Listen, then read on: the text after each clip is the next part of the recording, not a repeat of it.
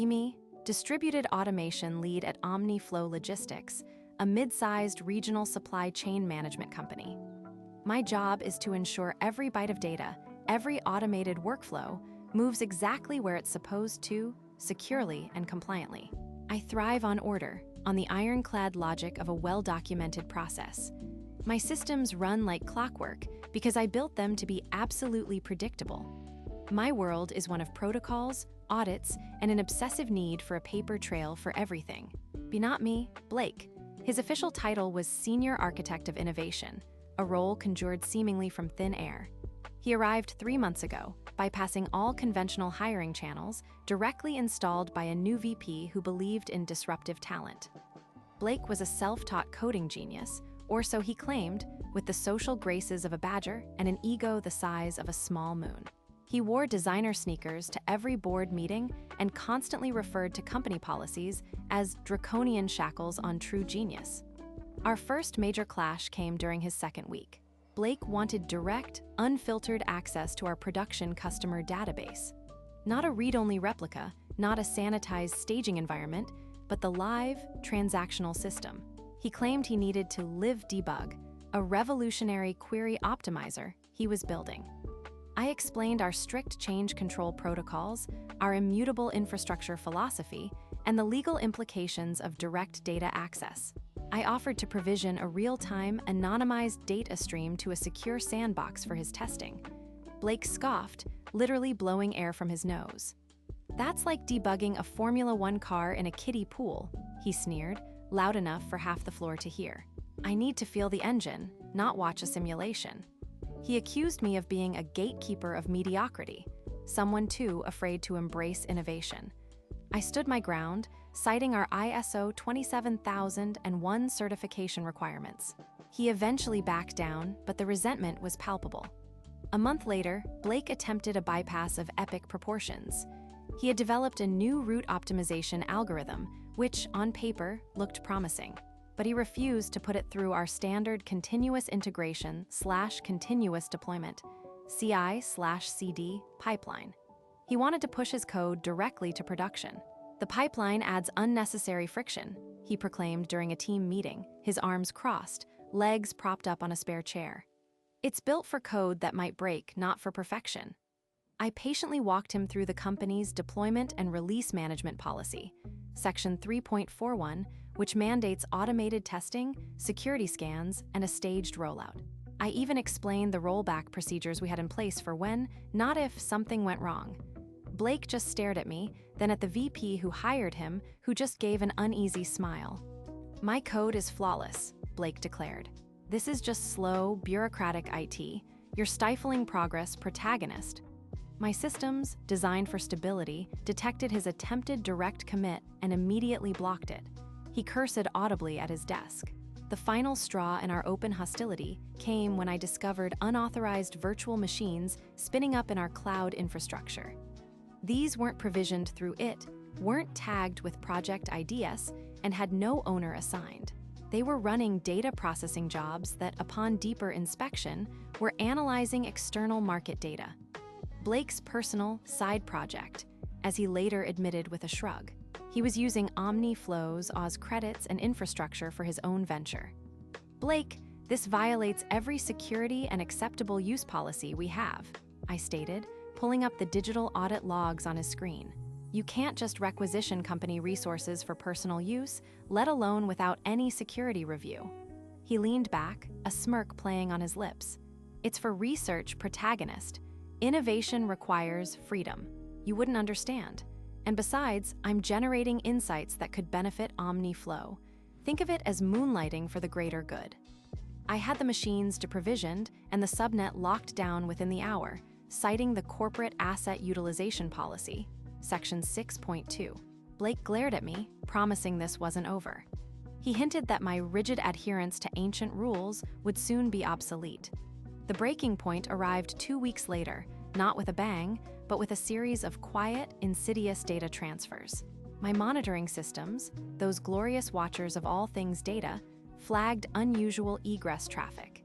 It wasn't massive in volume initially, but the destination IP addresses were completely unknown, residing in a country with famously lax data protection laws. A quick cross-reference revealed no approved vendor contracts for that region. My gut clenched. I knew exactly who was behind this. Blake, the senior architect of innovation, had gone rogue. Using a pre-approved budget line item intended for a domestic disaster recovery solution, he had secretly signed a contract with a company called Atlas Data Solutions. This company was based out of a small island nation notorious for its corporate secrecy and minimal regulatory oversight. He had even forged the CFO's signature on the vendor agreement. His big idea: migrate our entire customer logistics database, including sensitive shipping manifests, payment histories, and customer addresses, to Atlas's cutting-edge, highly agile, and incredibly cost-effective offshore cloud platform.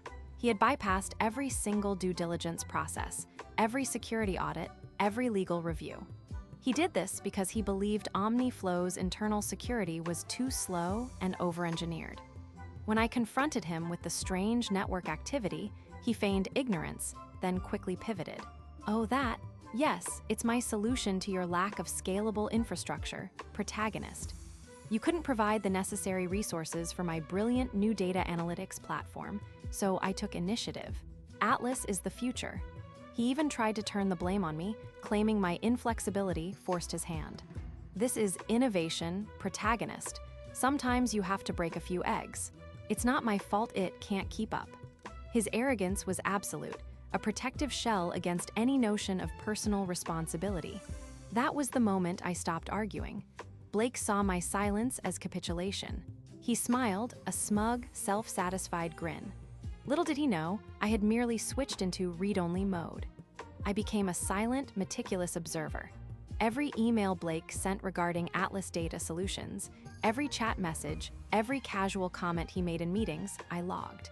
I cross-referenced it with existing company policies, bylaws, and his forged documents. My master plan wasn't about stopping him. It was about ensuring that when the inevitable catastrophe occurred, there would be an unassailable record of his culpability. I started building my dossier. First, I focused on the third-party data processing addendum in our employee handbook, specifically Section 2.1, which mandated comprehensive security assessments and legal review for any vendor handling sensitive customer data. Blake skipped all of it. Then, I pulled up the Data Residency and Compliance Clause from the company bylaws, Section 4B Roman 2, which explicitly stated that all customer data must reside within domestic borders or approved jurisdictions with equivalent data protection laws. Atlas Data Solutions was in direct violation. I also documented his fraudulent use of the budget line item, cross-referencing the purchase order number and the false approvals he submitted, flagging the discrepancies for a future forensic auditor. I ensured that all my own systems, the ones Blake claimed were inflexible, were operating perfectly within established protocols.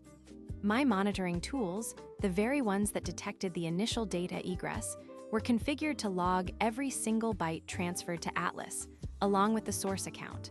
The logs would show Blake's administrative credentials initiating the transfers, explicitly proving it was an active decision, not a system error or a hack. I set up automated alerts to myself, mirroring every data operation Blake performed on our systems related to this project. I was building a digital paper trail so robust, it could withstand a nuclear blast. My malicious compliance was flawless. I was watching him dig his own grave, and I was holding the shovel, documenting every scoop of dirt. The catastrophe arrived with the brutal efficiency of a digital hammer. A security researcher, doing routine scans of publicly accessible cloud storage buckets, stumbled upon it. An unencrypted Amazon S3-like bucket, hosted by Atlas Data Solutions, completely open to the internet. And inside, OmniFlow Logistics' entire client database. Not a subset, not a sample. Every shipping manifest, every payment detail, every customer address, every internal vendor contract. Thousands upon thousands of records laid bare for the world. The headlines were immediate, brutal. OmniFlow Logistics suffers massive client data leak, sensitive records exposed via offshore provider. The news hit on a Tuesday morning. The emergency board meeting was called for 10 a.m. Blake sat there, initially smug, then increasingly agitated as the extent of the breach became clear. "It's an IT infrastructure failure," he blustered, sweat beading on his forehead. "Protagonist's team clearly didn't secure the handoff properly. This is on them for not providing a robust enough platform for my innovation." I waited. The CEO, pale and visibly trembling, turned to me. "Protagonist, what happened?" I took a breath. "Sir, on June 14th at 10:23 a.m., Blake explicitly overruled my recommendation for a secure, on-premise, SO-compliant solution for his data analytics platform. He stated, 'Agility trumps security theater.' I have that in writing, along with a recording of the meeting where he said it." I paused, letting that sink in. Furthermore, this contract with Atlas Data Solutions, signed by Blake, completely bypassed our established vendor vetting process. Section 2.1 of our third-party data processing addendum mandates a complete security assessment and legal review for any vendor handling sensitive data. None of this was done. I presented a tabbed binder. Here are the copies of the policy, along with his forged CFO signature on the Atlas contract. The true PO was for domestic disaster recovery. Finally, I continued, projecting a screenshot of the data egress logs onto the conference room screen. The data egress logs show Blake's administrative account, not a system account, initiating the full database transfer to Atlas Data Solutions on July 2nd, between 2 a.m. and 6 a.m. UTC. My systems only monitored the activity, as per protocol, and issued alerts directly to me, which I then logged. This was a deliberate, unauthorized, and unvetted data migration performed solely by Blake. The room was dead silent. Blake's face, once crimson with anger, was now an ashen gray. He looked like he'd seen a ghost. The trap was sprung. The fallout was immediate and spectacular. Blake was escorted from the building by 2 very stern security guards before the emergency meeting even concluded. His company laptop, phone, and even his personal tablet were confiscated. The CEO, after a long, anguished sigh, immediately launched an internal investigation and placed the entire IT department under my temporary command. Legal counsel informed us that class action lawsuits were already being filed by furious customers, and regulatory bodies, including the Federal Trade Commission and local data protection authorities, were gearing up for investigations. OmniFlow Logistics stock plummeted. Our once pristine reputation lay in ruins, shattered by one man's unchecked ego and flagrant disregard for rules. My meticulous record-keeping, once seen as an eccentric habit, was now hailed as the only reason OmniFlow might survive the legal storm. Update 1, 2 weeks later. The dust is far from settled, but Blake is already deep in the legal mire. OmniFlow Logistics has filed a massive civil lawsuit against him for breach of contract, gross negligence, and corporate fraud. His rockstar LinkedIn profile vanished overnight. My official title is now Director of IT Security and Compliance. The promotion came with a significant bump in pay and a mandate to completely rebuild our data governance framework, with absolutely no tolerance for innovation that bypasses security. Update 2, 3 months later. The investigation revealed Atlas Data Solutions was little more than a sophisticated shell company, designed to appear legitimate but with no real assets or robust infrastructure. This means Blake is personally liable for a significant portion of the damages being sought by customers and OmniFlow. His personal assets, including his luxury apartment and vintage sports car, are being frozen. I heard he's trying to declare bankruptcy, but OmniFlow's legal team is relentless. Apparently, even his personal bank accounts were linked to some questionable offshore ventures. Update 3, 6 months later. OmniFlow Logistics is still reeling, but we're slowly rebuilding trust. The new data governance framework is robust, and my team is expanding. As for Blake, his innovation finally landed him in a very secure, very confined environment. The federal authorities eventually got involved, uncovering evidence of wire fraud and falsifying company documents that predated his time at OmniFlow. He's currently facing federal charges and is being held without bail. He's learning a whole new definition of data security, one where the only thing being exposed is his own arrogance. Slow burn, explosive payoff, just as planned.